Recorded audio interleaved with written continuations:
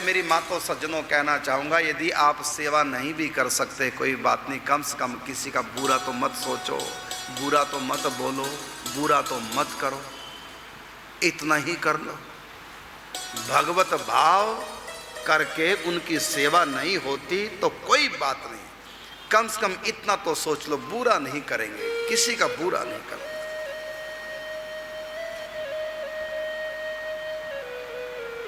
यही है भागवत धर्म, यही है भक्तों का धर्म, यही है वैष्णवता। वैष्णव जन तो तेने कहिए जे पीर पराई जाने रे। वही सच्चा वैष्णव है जो दूसरे का दर्द जानता है, समझता है। दूसरों का दुखड़ा दूर करने वाले तेरे दुख दूर करेंगे मेरे राम।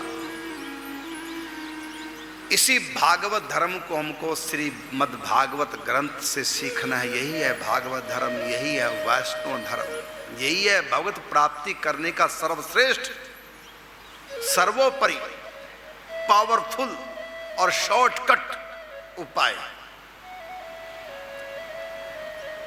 और आप अभ्यास करना चाहेंगे तो कैसे करेंगे अभ्यास? टाइम लिए अभ्यास कर लो। कोई भी 1 घंटा ऐसा चुन लो कि इस 1 घंटे में हमको सबके प्रति सद्भाव रखना है, सबके प्रति भगवत भाव रखना। कोई 1 घंटा, जैसे 9 से 10 बजे मान लो, अभ्यास की बात है ना, क्योंकि 24 घंटे आप ऐसा नहीं कर पाओगे, अभी अभ्यास नहीं, अभी 1 घंटे का अभ्यास करो। कोई भी 1 घंटा चुन लो। मान लो सुबह 9 बजे से 10 बजे 1 घंटा हमको भगवत भाव रखना सबके प्रति। किसी से भी मिलेंगे यही भाव करेंगे, इसके भीतर भी मेरे ठाकुर जी। अब सामने वाला बुरा भी हमसे व्यवहार कर सकता है, और सामने वाला उस समय, उस 1 घंटे में दुश्मन भी हमारे सामने आ सकता है। उस स्थिति में ऐसे ही सोचें, ये भी मेरे ठाकुर जी हैं, यदि वो हमको गाली दे रहा है तो उस समय ये भाव करना है, मेरे पापों का दंड मेरे ठाकुर जी दे रहे हैं। मेरे ठाकुर जी दुश्मन बन के आए हैं मेरे पापों का दंड देने के लिए, मेरे कर्म है। कौ ना कहो सुख दुख कर दाता, निज कृत कर्म भोग सब भराता। कोई किसी को सुख दुख नहीं देता, सब कर्मों का फल है। तो मेरे ठाकुर जी इस रूप में मेरे कर्मों का भुगतान करने के लिए मुझको गाली दे रहे हैं, मेरा अपमान कर रहे हैं।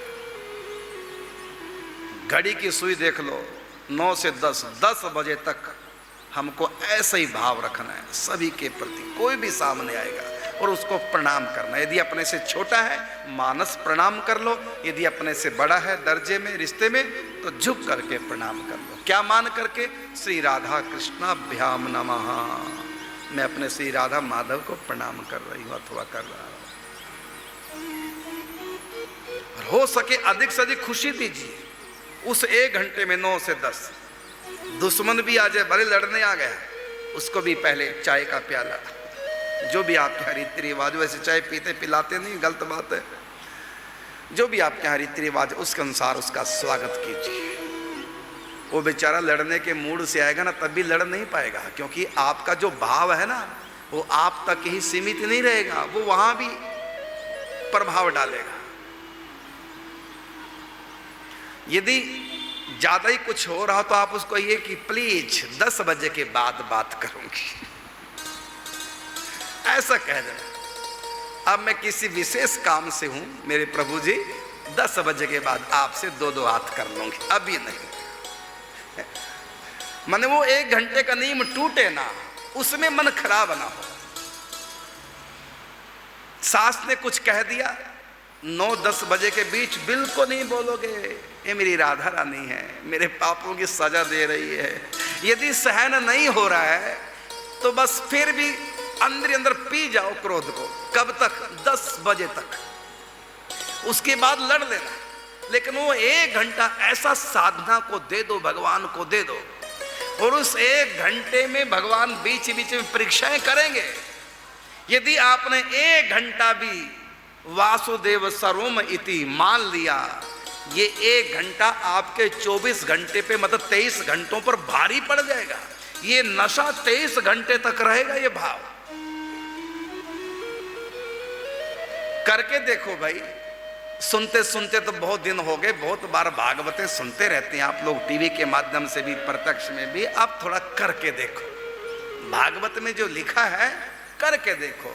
सुखदेव जी जो कहते हैं कि योग धारणा का आश्रय लो, मन चंचल हो, मन में माया आए, मन में संसार आए तो योग धारणा का आश्रय लो। योग धारणा क्या है? ऐसी धारणा जो भगवान से योग कराए, उसी का नाम है योग धारणा। और वो कौन सी धारणा है? भगवान सब जगह है, ये धारणा, इसका नाम है योग धारणा। सब कुछ श्री कृष्ण है।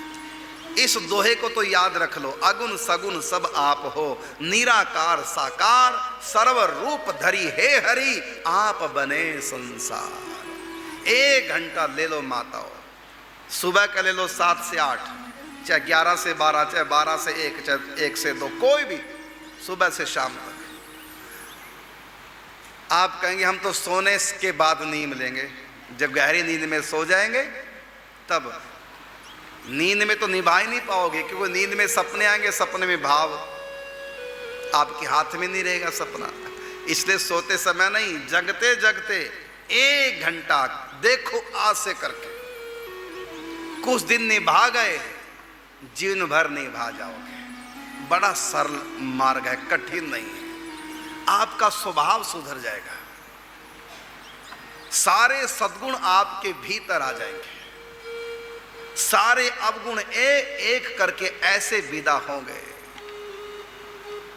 आप सोच भी नहीं पाएंगे इतनी जल्दी मैं बदल जाऊंगा। मेरी माताओं सज्जनों, हम नहीं कहते 24 घंटे योग धारणा करो, कम से कम 1 घंटा तो कर लो। तो व्यवहार में भी योग धारणा करनी, और आंख बंद करके जब श्री कृष्ण का चिंतन करने बैठो तब भी योग धारणा करनी। सुखदेव जी कहते हैं व्यवहार में भी और ध्यान में भी। ध्यान में कैसे? आंख बंद करके कृष्ण चिंतन कर रहे थे तो मन चंचल हो गया, मन याद करने लग गया बेटा बेटी की, तो तुरंत योग धारणा बना लो। क्या ये भी श्री कृष्ण है? अब करो प्रेम से बेटा बेटी की याद, चरणों से सिर तक, सिर से चरणों तक करो ना याद, किसने मना किया? लेकिन साथ में अवधारणा बना लो, क्या ये भी श्री कृष्ण है? पुत्र के रूप में भी वही है। मेरे मन में जो जो आएगा सब श्री कृष्ण है। तो व्यवहार में भी और विचार में भी, भीतर भी, ध्यान के समय भी योग धारणा बना लो। 1 घंटा मेरी माताओं सज्जनों यदि आपने निभा लिया, ये 1 घंटा आपके दूसरे 23 घंटों पे भारी पड़ जाएगा। और धीरे धीरे माया छटने लगेगी, धीरे धीरे अवगुण भागने लगेंगे, और धीरे धीरे सद्गुणों का आगार आपका हृदय बनता चला जाएगा।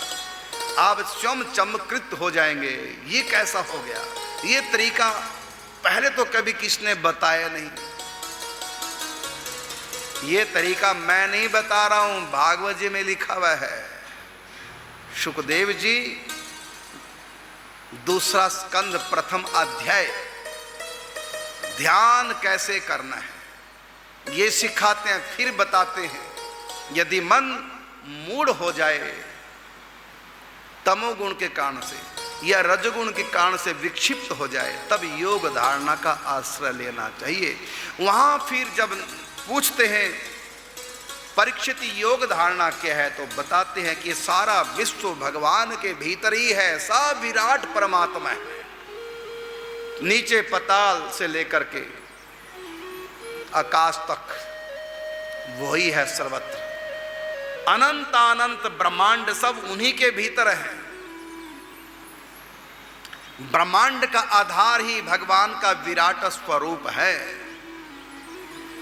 इसलिए तुम्हारे नेत्र जो भी देख रहे हैं भगवान को ही देख रहे हैं, तुम्हारे कान जो भी सुन रहे हैं भगवान को ही सुन रहे हैं, तुम्हारी नासिका जो भी गंध ग्रहण कर रही है भगवान को ही ग्रहण कर रही है। भोजन का स्वाद ले रहे हो वो स्वाद भी श्री कृष्ण है, जिसका आप स्पर्श कर रहे हो वो भी श्री